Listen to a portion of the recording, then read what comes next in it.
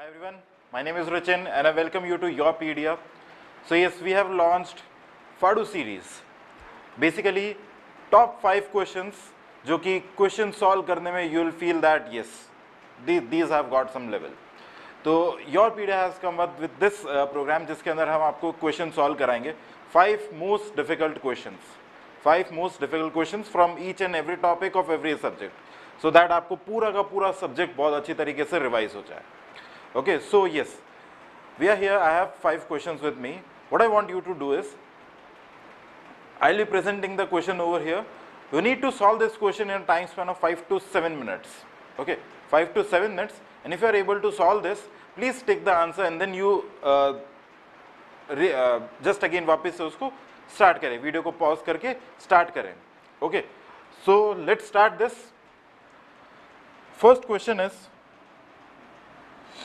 the strain at the centroid of compression steel in a doubly reinforced beam having D as effective depth and effective cover to compression reinforcement as D dash is 0.0025. What is the ratio of this for a limiting condition? This. Assume M20 concrete and Fe250 steel. M20 concrete और Fe250 steel को use करना है. चलिए try करें, इसको solve करते हैं, क्या आंसर आता है. You have 5 minutes. Please pause the video. Try to solve this.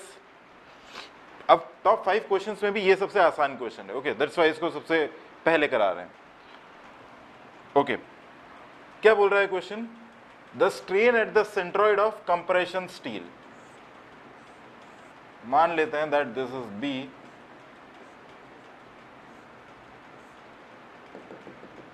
यहां से लेके यहां तक it is D depth, this is AST and this is ASC. Strain diagram कैसा बोल रहा है? Obviously the strain diagram will be linear.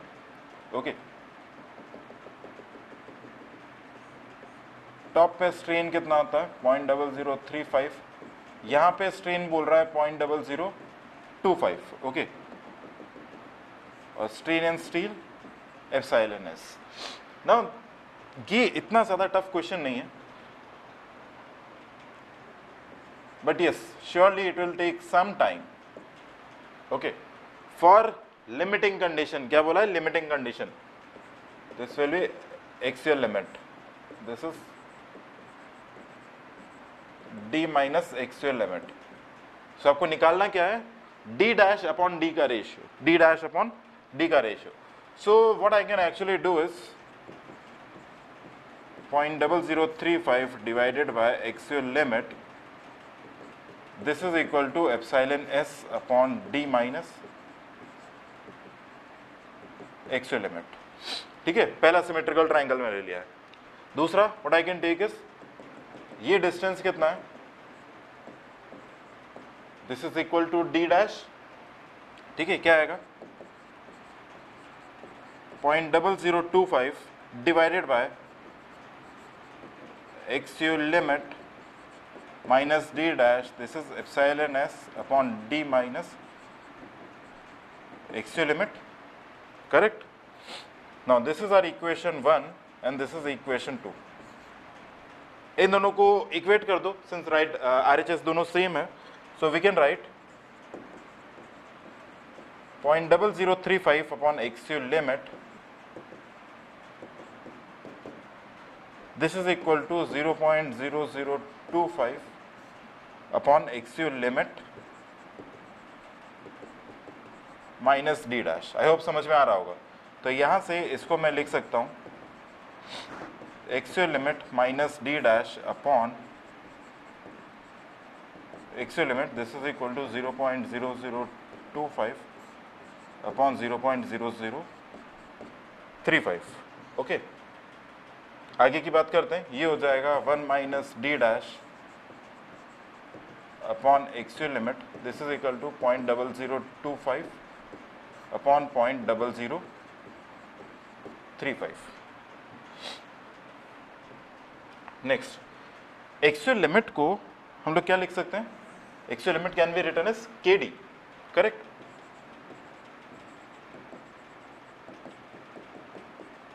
के डी, के कितना हो जाएगा 0.53 डी। वाई 0.53 क्योंकि एफ 250 की बात कर रहे हैं, तो फिर दिस इज 1 माइनस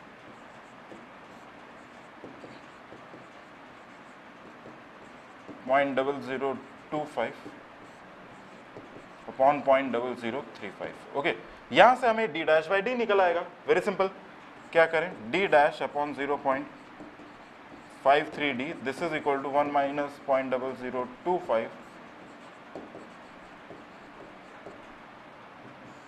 ओके। तो यहां से I will solve and I will get the value of this as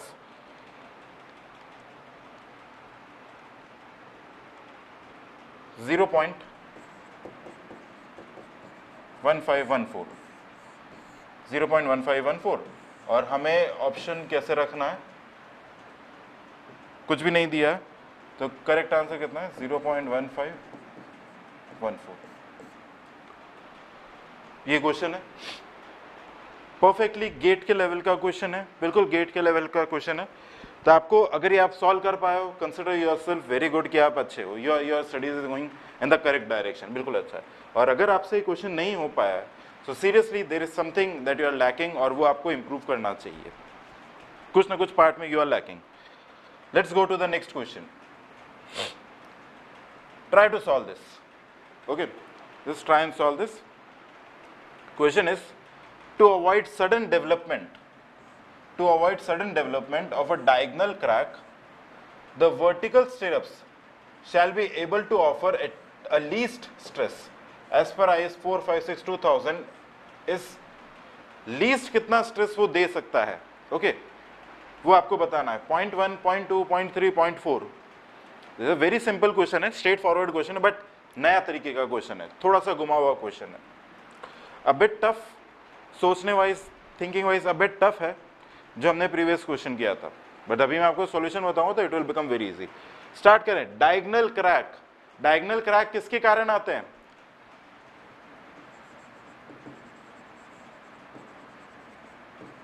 diagonal cracks come because of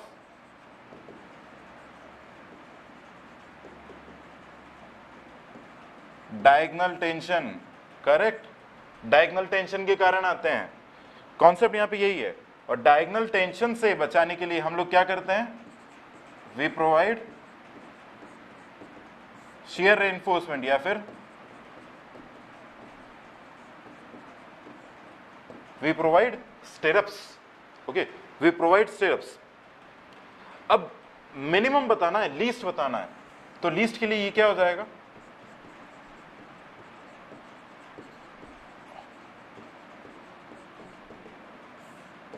minimum share enforcement. आप सबने पढ़ रखा है what is minimum share enforcement, but question को थोड़ा सा अलग तरीके से फ्रेम कर दिया है। अब यहाँ पे मिनिमम शेयर इन्फोर्समेंट क्या होता है, ASV upon BSV should not be less than 0.4 upon 0.87 FI। Okay, और हम लोग क्या लिखते हैं,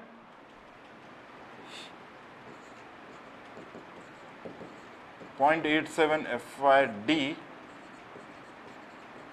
अपॉन VS। ओके, तो यहां से अगर मैं इसको कुछ इस तरीके से लिख दूं, 0.87 FI into ASV upon BSV should not be less than 0.4। Correct, तो थोड़ा सा आप सिमिलैरिटी देखोगे, करेक्ट आंसर क्या है 0.4। ओके, 0.4 इस तरीके का क्वेश्चन पूछ लिया, बिल्कुल नया तरीके का क्वेश्चन है बहुत सिंपल है, concept is very easy, but इसको थोड़ा घुमा के पूछ लिया है। अगर आपसे ये क्वेश्चन हुआ है, consider yourself very good, very good. नहीं हुआ है तो still there is something that is lacking, और आपको वैसे उस तरीके से पढ़ना चाहिए। Try and solve this question, a very wonderful question, very simple, a very wonderful question. बहुत अच्छा ब्यूटीफुल कॉन्सेप्ट को इसमें पोर्ट्रे किया है। क्वेश्चन है, the stress and tension steel just at the time of formation of crack in concrete is A, B, C, D. A lot of students will directly click A, okay, without even solving.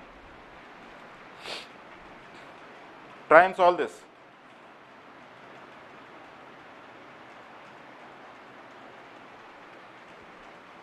देखते हैं कितनों से solve होता है।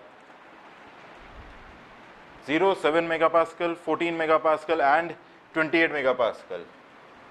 The stress and tension steel just at the time of formation of cracks. Okay. हम एक term पढ़ते हैं. I'm solving now. अगर आपसे सॉल्व हुआ है, again I'll say you are very good. You are just very good. But अगर नहीं हुआ है, just watch here. ये क्या होता है? 0.7 अंडर रूट FC के. ये क्या बताता है? Stress in concrete at the time of failure. जैसे ही हमारा बीम फेल किया है, ओके, जैसे ही बीम फेल किया है, कंक्रीट फेल किया है, क्रैक्स आना शुरू हुए हैं, उस जगह पे स्ट्रेस कितना है कंक्रीट में, ओके, इन कंक्रीट, ओके. अगर मैं स्ट्रेन निकालना चाहूं तो स्ट्रेन कितना आएगा upon elasticity of concrete, isn't it? Stress upon strain, stress upon elasticity, this is 0.7 under root FCK upon 5000 root over FCK. Correct. अब आपने एक चीज पढ़ी होगी, that strain in steel or let's say strain in concrete should be equal to strain in steel. Steel जितना elongate होगा concrete भी उतना इलोंगेट होना चाहिए. बेसिक असम्पशन है ये. Okay, strain in concrete should be equal to strain in steel. So यहां पे स्ट्रेन इन कंक्रीट कितना है?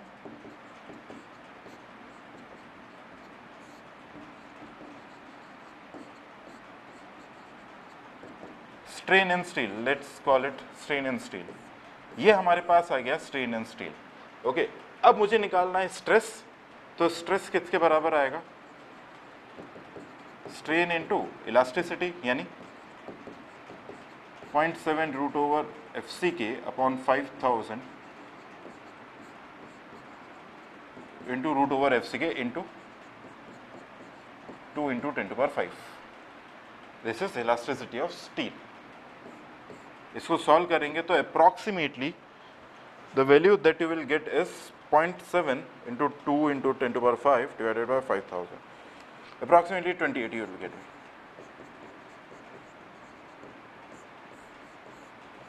28 megapascal. ओके, अब इस तरीके के क्वेश्चन आपको एग्जाम में मिलेंगे गेट में.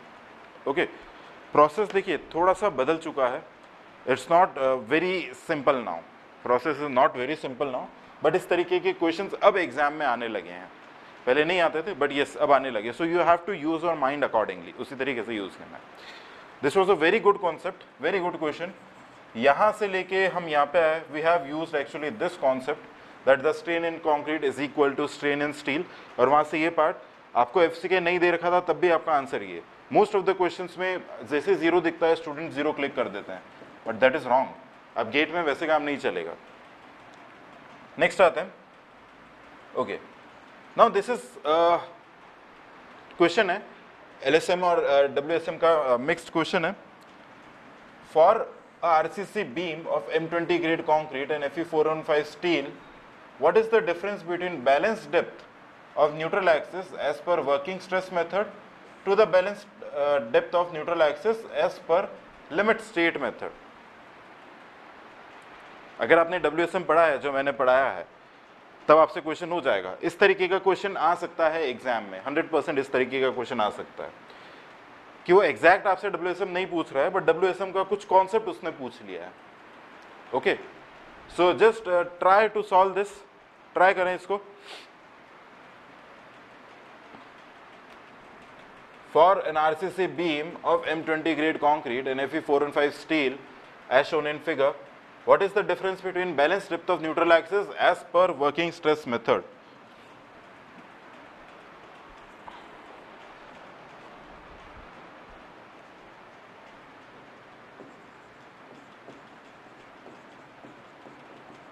कैलकुलेट करते हैं एज पर WSM. तो WSM से निकालेंगे तो क्या क्या चीजें आएंगी? देखो, हम लोग इसको क्या कहते हैं? KD, M sigma CBC upon sigma ST plus m sigma CBC into d. Let's calculate value of m. 280 upon 3 sigma CBC. अगर आपने ये नहीं पढ़ा है तो please go and watch my lectures, उसके अंदर मैंने आपको स्टार्टिंग से बहुत अच्छे से बताया कि m 280 अपॉन 3 सिग्मा CBC होता है, what is the value of sigma CBC and all, ये सारा का सारा आपको लेक्चर्स के अंदर मिल जाएगा। M20 के लिए इट इज 7, सिग्मा CBC कितना होता है 7, 13.33। ओके, तो यहाँ पे sigma CBC is 7 and sigma ST is 230। ठीक है, सिग्मा ST कितना है 230। ऐसे XC निकालेंगे कितना आएगा, M is 13.33 into 7 upon 230 plus 13.33 into 7 into effective depth कितना है 330। ओके, अगर मैं इसको सॉल्व करूंगा आई विल गेट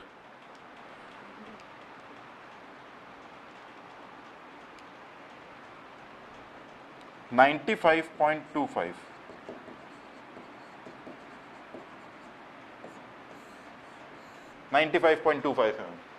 ओके, अब इससे निकाल लेते हैं एक बार as per limit state method.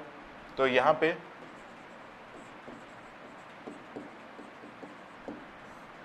As per limit state method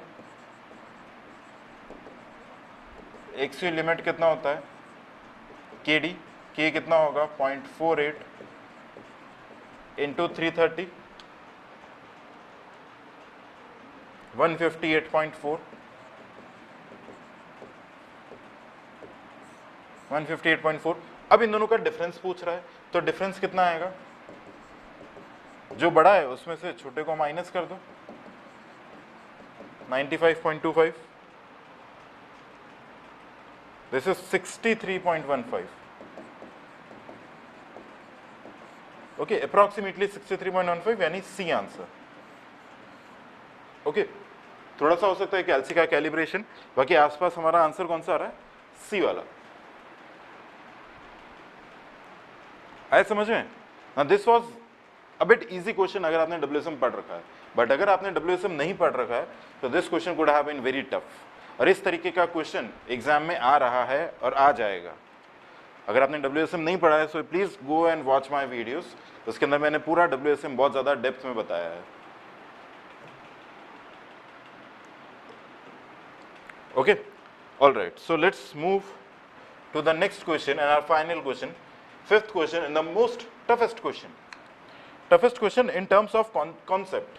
calculation wise लंबा क्वेश्चन नहीं है, हम गेट के अंदर टफ क्वेश्चन किसको कहते हैं, जिसके अंदर कंसेप्ट ज्यादा यूज होते हैं। Okay, so question is consider a beam of 350 mm width and effective depth of 500 mm. It is reinforced with two-legged 8 mm inclined stirrups at 80 mm center to center spacing at a minimum value of theta with the horizontal given data ये सब दे रखा है। The strength of the section in shear is, what is the strength of the section in shear, इसे solve करना है। करें, solve करें, let's see, try to solve it, you have 5 minutes. और इफ यू वांट, आपको लगता है कि ज्यादा टाइम लगेगा so please pause the video on your own and try to solve this. These questions are one of the most important questions और ये pattern हो चुका है आज के जो आजकल के जो गेट के एग्जाम आ रहे हैं, पिछले 2-3 साल से इस तरीके का पैटर्न हो गया है। अगर आपसे क्वेश्चन हो रहे हैं then it's very good, you are going in the correct direction, but अगर नहीं हो रहे so your preparation needs something seriously very good. कुछ अच्छे तरीके के प्रिपरेशन की यू 100% नीड सम रिक्वायरमेंट अगर आपसे ये क्वेश्चन नहीं हो पा रहे हैं तो, बिकॉज एग्जैक्टली इसी तरीके के क्वेश्चन गेट में आएंगे। Okay, so the question is consider a beam of 350 mm width and effective depth is 500 mm. Okay, 350 mm width दिया है and effective depth हमें दिया है कितना 500 mm. It is reinforced with two-legged 8 mm dia stirrups, यानी यहां से ये जो reinforcement आ रहा है, reinforcement कितना है 2-legged 8 mm dia strips at 80 mm center to center, 80 mm center to center at a minimum value of theta. minimum value of theta कितना होता है, अब आपको ये चीज पता होनी चाहिए. This is equal to 45 degrees. Okay, 45 degrees होता है मिनिमम. ग्रेड ऑफ कंक्रीट दे दिया, ग्रेड ऑफ स्टील दे दिया, strength of section in shear. तो देखो shear, total shear force carried, this is equal to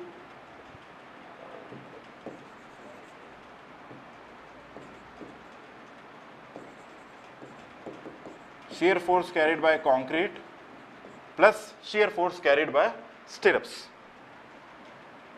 Okay, so VC, this is equal to tau C BD. tau C कितना दे रखा है 0.35 into B is 350 into 500. This is shear force carried by concrete. इसे solve करेंगे.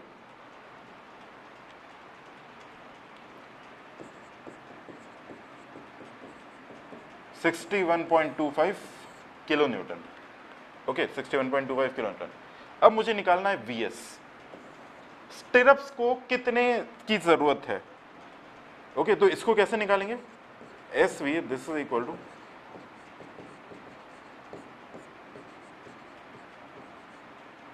Upon VS into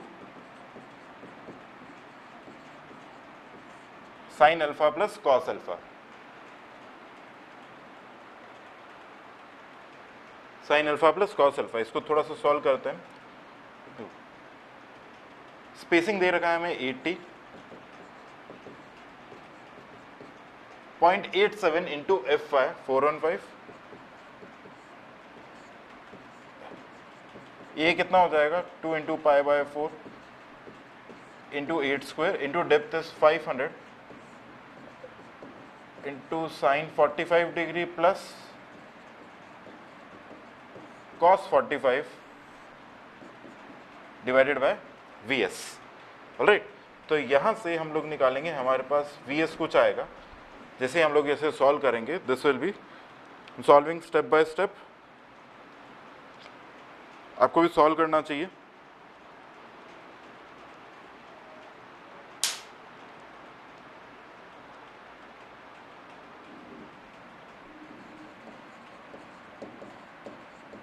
(320.65 kilo Newton.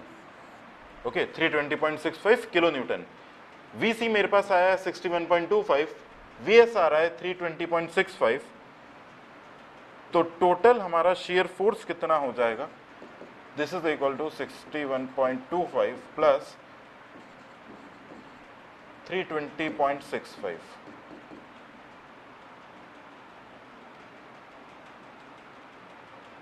(381.9). यानी approx answer कौन सा है? 382. Okay, approximate answer is 382 kilo newton. I hope आपको पॉइंट समझ में आया होगा. Okay, the main purpose is to make you aware कि गेट का पैटर्न थोड़ा सा चेंज हो चुका है. It's not that easy any more. Concept वही हैं. ओके, कंसेप्ट वही हैं, सिर्फ उसको थोड़ा सा ट्विस्ट करके दिया जाता है. By the way of this video, इस सेशन से मैं आपको ये बताना चाह रहा हूँ कि थोड़ा सा पैटर्न बदल गया है. Please start understanding concepts. ज़्यादा अच्छे से कंसेप्ट पे फोकस करें rather than mugging up the concepts. Concepts को रटना नहीं है, उन्हें आपको समझना है और उसे कैसे अप्लाई करना है. Okay, so we'll meet in the next lecture. Till then, take care, bye bye and keep watching your पीडिया.